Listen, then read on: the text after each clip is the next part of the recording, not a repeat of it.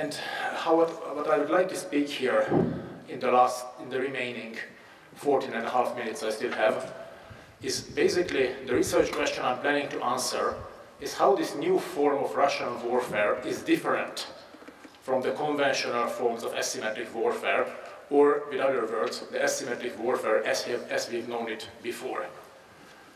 And thereafter, we will try to make a bit of an outlook as well. And of course, I mean, in front of such a distinguished audience, there is not much need to speak too much about the development of asymmetric warfare. However, as always, we're not starting from Sun Tzu this time, but we go for the version B, and we start from Clausewitz. And the famous saying is very important, warfare is a political tool, we all know that. But Clausewitz also made a differentiation between asymmetric methods and symmetric methods. And asymmetric go into the direct objectives and indirect objectives of warfare. I mean, if you don't see it properly, one option is that you sit closer. Another option is that I will leave the PowerPoint here, so you no need to take notes. Why the difference between direct and indirect warfare is important? Direct warfare was called by Clausewitz as a form of warfare aimed at destroying the enemy or fundamentally breaking its ability to resist, while indirect warfare has been aimed just to exhaust your enemy and basically to make it ready to accept the deal. So this is the indirect warfare. It will be an important part later.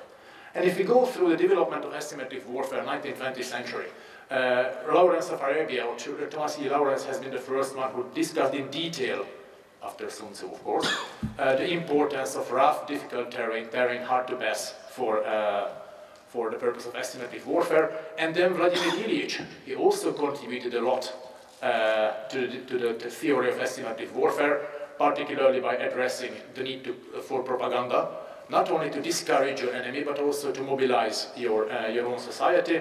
And it was Lenin who first officially put into the theory the legitimized option of destroying the leaders of the enemy, which you may also call it like a certain form of terrorism, as he put it. But anyways, in the theory of asymmetric warfare, it was Vladimir Ilyich Lenin who first discussed in detail that it's a legitimate form of warfare, that you go after the very leaders of your enemy. And both Mao Zedong and Tito, they both realized that simply irregular forces alone are hardly and rarely able to defeat committed regular forces. So both Tito in Yugoslavia and Mao Zedong in China, they both argued for the need to use regular and irregular forces in a combined way. Mao Zedong put it like the two arms of the body. The two arms have to work together in order to reach the final goal. This will also be important a bit later. And of course, the great Vietnamese theoretist Nguyen Giap, he also argued, though from a different basis, that indirect warfare needs to gradually develop into a full-scale direct warfare in order to completely defeat your enemy. And a much less known theoretician, Carlos Marighella, from South America. Carlos Marighella, who actually wrote a handbook of the urban guerrilla. And many countries which experience the riots are very lucky because the works of Marighella are not that widely translated. I mean, what Marighella has written is still actually in very many sense, so I recommend you all to go to the beautiful building of the National Library and try to look up Marighella. You will find very interesting things, even though his work was written 40 years ago. And why hybrid war is in quotation marks? Because if we keep reading about the literature, of course, right now hybrid war became something very, very popular, right? In each and every Eastern European society, there are a few issues everybody is an expert on, right? Football, driving, and now hybrid war. However, hybrid war originally has meant something different. I mean, if you read the literature carefully, both McEwen and Nemeth, and later with Thomas Hoffmann, hybrid war as a term was originally used for characterizing the very fluid, hard-to-define warfare that the coalition forces met in Iraq. 10 years, actually, before Russia's recent operations. So hybrid war originally was defined as a combination of modern technology, modern mass mobilization, and modern communication as well. The first terms were used to describe the Chechen wars, and then the hybrid war literature has developed a lot while describing the specific form of warfare in Iraq, starting basically from 2003. The Hoffman definition is quite important for us. According to Hoffman, hybrid war could be defined as a form of warfare which is composed of four tools used in a combined way: conventional weapons, irregular tactics, terrorism, and cooperation with organized crime groups. This is the original meaning of the hybrid war. So, of course, this leads us to the question, if hybrid war is a term already used, then how should we call the form of warfare we've seen in Ukraine, both in Eastern Ukraine and the Crimea? Because hybrid war, I mean, originally, as we've seen, it's something different. The term has already been used. I mean, this name has already given to a child. And I very much liked the non-linear war concept proposed actually by Mark. However, we are in an unlucky situation that NATO has started to officially use the hybrid war. So the debate, the terminological debate, seems to be decided, could still be a good article, a theoretical article about how to name this thing. But since NATO, the alliance, has officially started to use the hybrid war, from now on I will stick to the hybrid war expression. And there is no need to speak much about, in front of such an audience, how this new generation of warfare, as Russians call it, has developed. The Gerasimov doctrine, also mentioned by Mark, is anyways a milestone in developing this form of warfare. The red parts are the important, so often with Russia.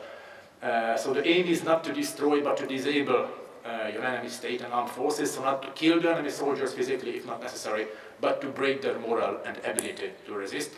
And the main front, as it was pointed out also by Yanis in his good article about this hybrid warfare, is that the human psyche is the main front where this new type of warfare is waged.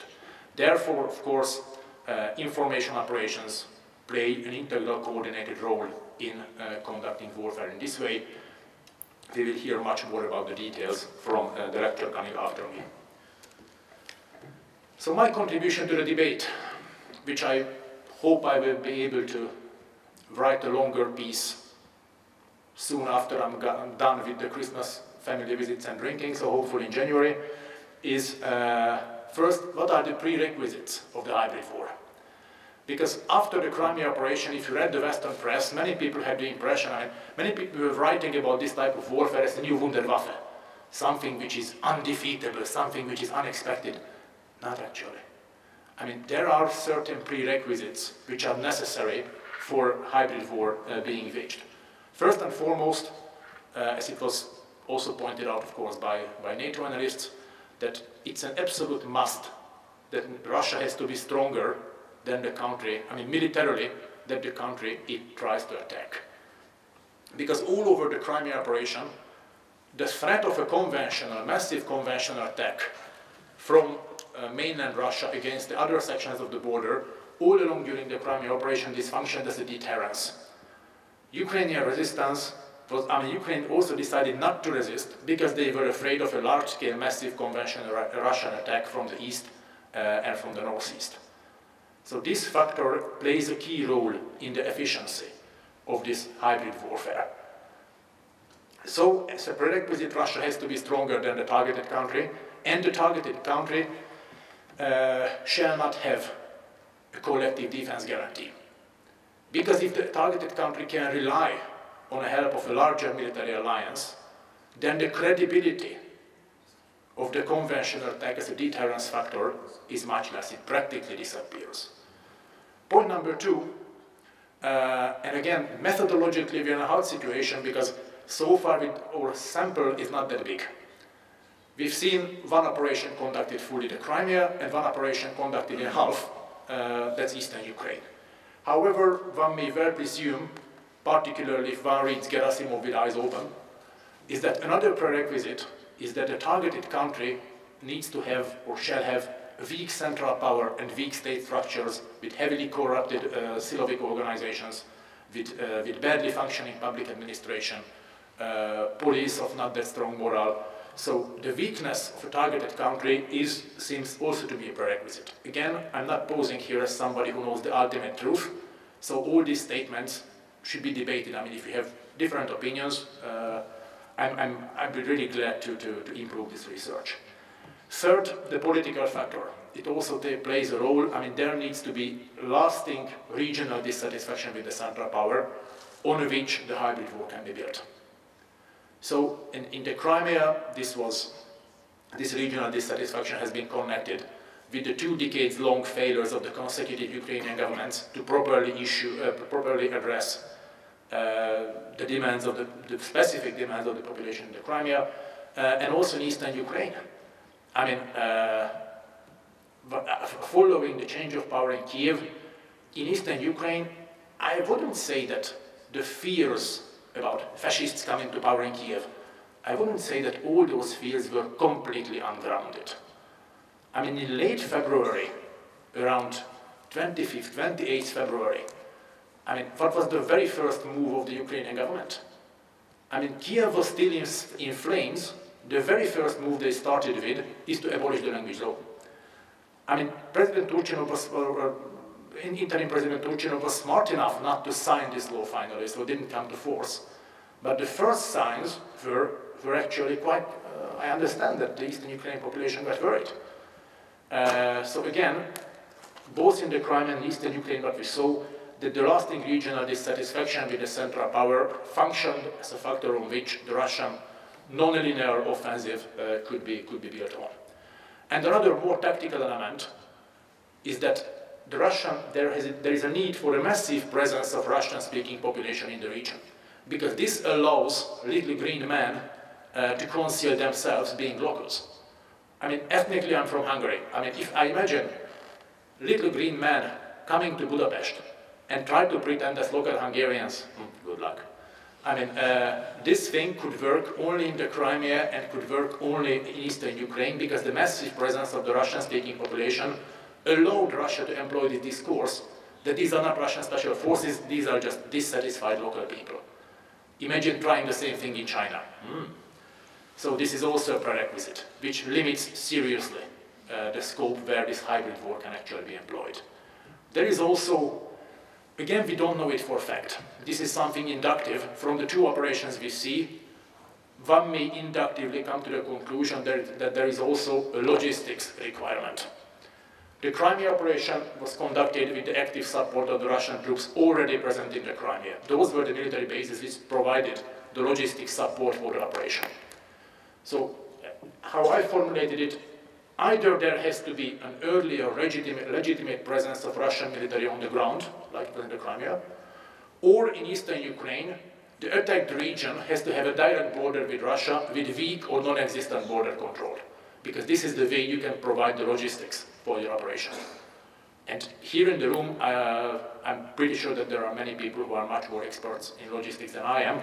So let me go to the 6th part, which seems to be obvious, I mean, half a year after the operation, media and information warfare superiority, which allowed the attacking forces to information-wise take over the attacked region and deny the central power from promoting its agenda in the region attacked. So these prerequisites, in my point, constitute an argument against the Wunderwaffe nature of the hybrid war. In reality, it has quite a limited scope where hybrid war can be used. Why was it so effective? First and foremost, it was unprecedented. It came as a surprise, it came out of the blue, and because Professor Galotti was right, not that many people read the Vojenno-Promyšlenní Kurier. So, because of the lack of precedent, there was also no elaborated defense. Now the situation is much more different. We are here, we are discussing the whole thing, we are thinking about that, but this was not the case during the Crimea operation. Second, the possibility that the attacking country could long deny its involvement formally. I mean, Estonian colleagues on the 2nd week of the operation published a very detailed analysis based on the weapons used, seen on the pictures and the technological background, So from the very beginning, it was obvious that those were Russian forces. I mean, with some locals involved, but mostly Russian forces. However, the deniability, it results in the lack of accountability. The attack country has no one to negotiate with. You don't have a partner to negotiate with. I mean, Russia could formally say that I'm not part of the game. You have to have an agreement with the separatists, either in the Crimea or in eastern Ukraine, which would have led to the scenario well known from Transnistria, Abkhazia, South Ossetia.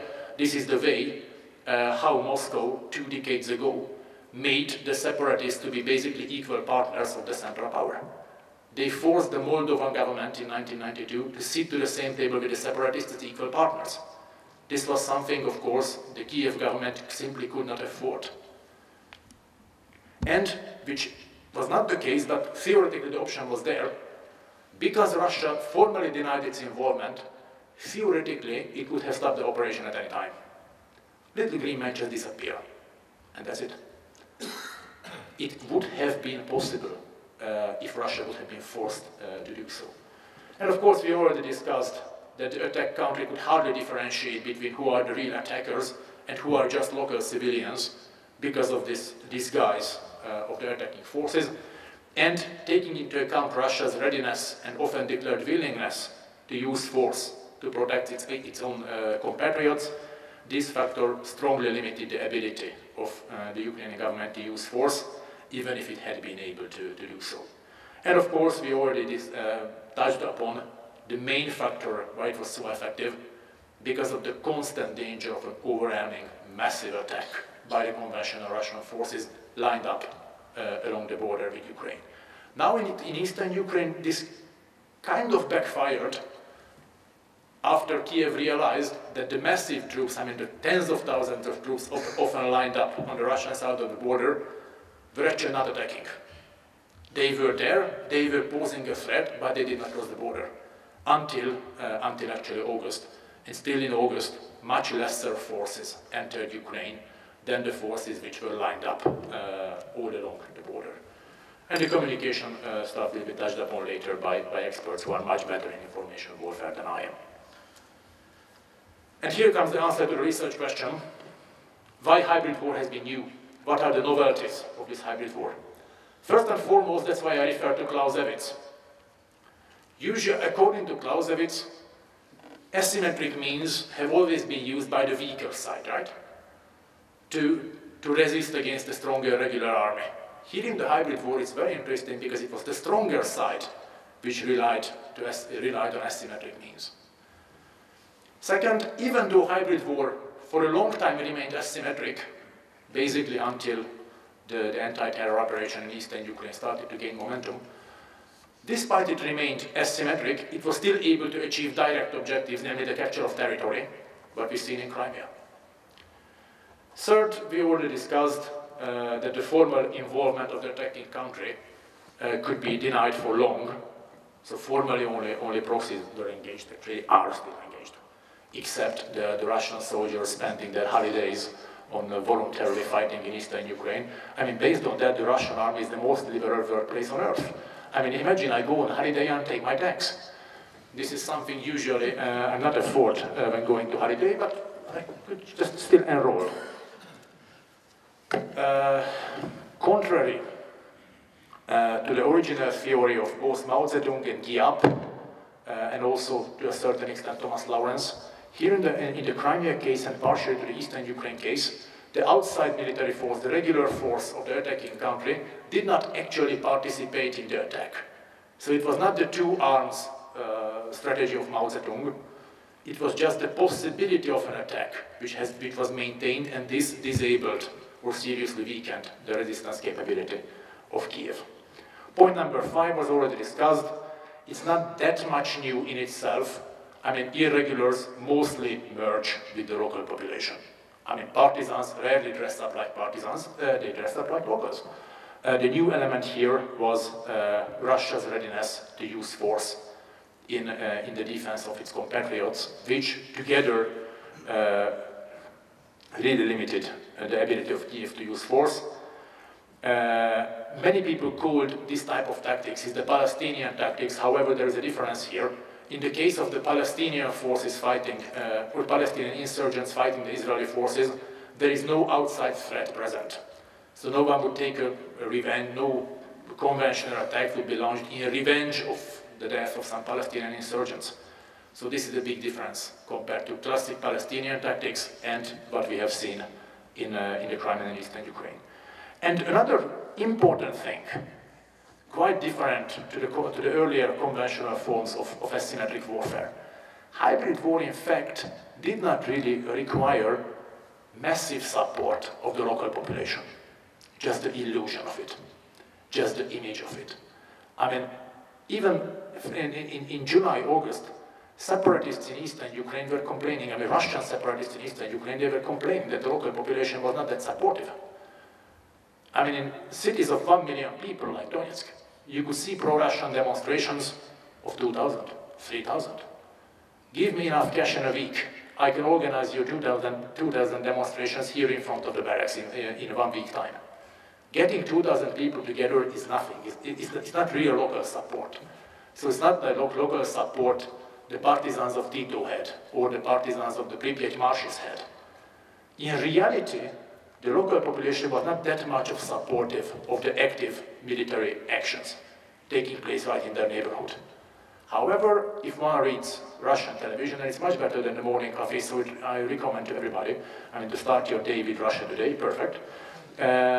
If you watch that, you would have the impression that the whole Eastern Ukraine is just rising up against Kiev, or there was a massive anti-Kiev movement in Eastern Ukraine. In fact, there wasn't. This was a constructed thing, a constructed local support instead of a real, meaningful, popular support. At least on the tactical level. I mean, the strategic level, if the local population is massively against you, hybrid war may become much less effective. We don't know it yet. We may guess, yet we do not know, because the events are not there. And another novelty, unlike classic asymmetric warfare, hybrid warfare does not depend on the terrain at all. I mean, if you read the classic partisan literature, they've been always hiding in the forests, in the marshes, or in the endless deserts of the Arabian Peninsula. This type of new warfare, asymmetric warfare, which is absolutely independent from the terrain. You can operate it in plainlands, you can operate it in the cities. This is connected to the real-time, very close coordination between the various actors of Russia involved in the conflict. And the extremely intensive coordinated information warfare will be addressed much more in detail by the next lecturers. So all in all, my point here, and I'm ready to debate that this hybrid war thing is not that much new. It's not the brand new tool. It's more, the innovation is how the old tools have been used in a new, much more coordinated way. And from all these, we may conclude that this hybrid war has a number of weaknesses as well. What we've seen in Eastern Ukraine, in the beginning it started quite similarly to the Crimea operation. However, because of a number of reasons not to be discussed here, what we have now, basically since the anti-terror operation started to gain momentum after the election of President Poroshenko on the 25th of May, the irregular forces in Eastern Ukraine managed to get into the same situation like so many irregular forces happened to be in the military history earlier.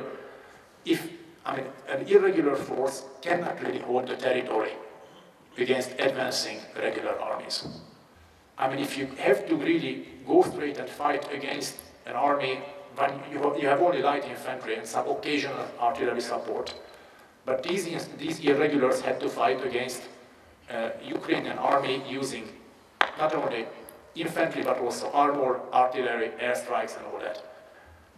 It was not surprising that these irregular forces were losing ground.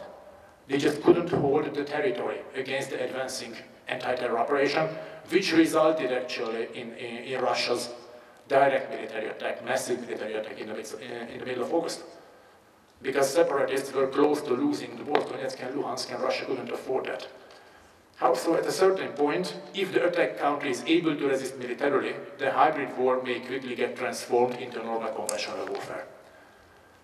Point number two, if it gets transformed into conventional warfare, all the hindrances and negative effects of being involved in a conventional war start to occur. Political and economic costs, sanctions, the whole thing costs a lot. Military losses occur. Consequently, you have to pay higher domestic price as well, because nobody likes his or her son coming back home in a body bag. So, if the hybrid war gets transformed into a regular war, all its competitive advantages get lost. And from then on, you have basically a conventional military conflict with all its already known parameters. Third, but probably perhaps the most important from the perspective of many small countries neighboring Russia, if the deterrence element, namely the danger of a massive conventional attack from Russia, can be neutralized, for example by collective defense, meaning NATO, then most probably the whole hybrid war loses its effectiveness. Because, to go very blunt, I mean, if the first little green man appears, okay, in Budapest, if we trust NATO collective defense, what would prevent the Hungarian forces from simply shooting or capturing the guy? That's it. If you can trust in collective defense, if you have a collective defense guarantee, and you have a well-functioning state, which I'm not going to comment in the case of Hungary, you can easily suppress the hybrid war right immediately when it starts. And my final point here, and again this is something to be debated, in my opinion, hybrid war, particularly because of the information warfare element, is strongly culture dependent. You can use it only in a certain culture. Because for strong information warfare, you need to employ the same language, the same discourse, like the attack country. And I'm absolutely not sure that this new way of warfare Russia could employ efficiently, let's say, against Uzbekistan or against China, simply because the culture is different. I'm not sure in that point, ready for debating it, but still I think it's an important factor.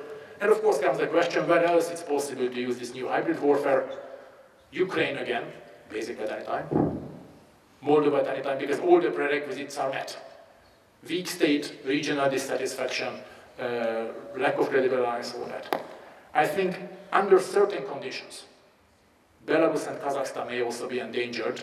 Certain conditions means if the strong leader disappears. Because otherwise, all the factors are present.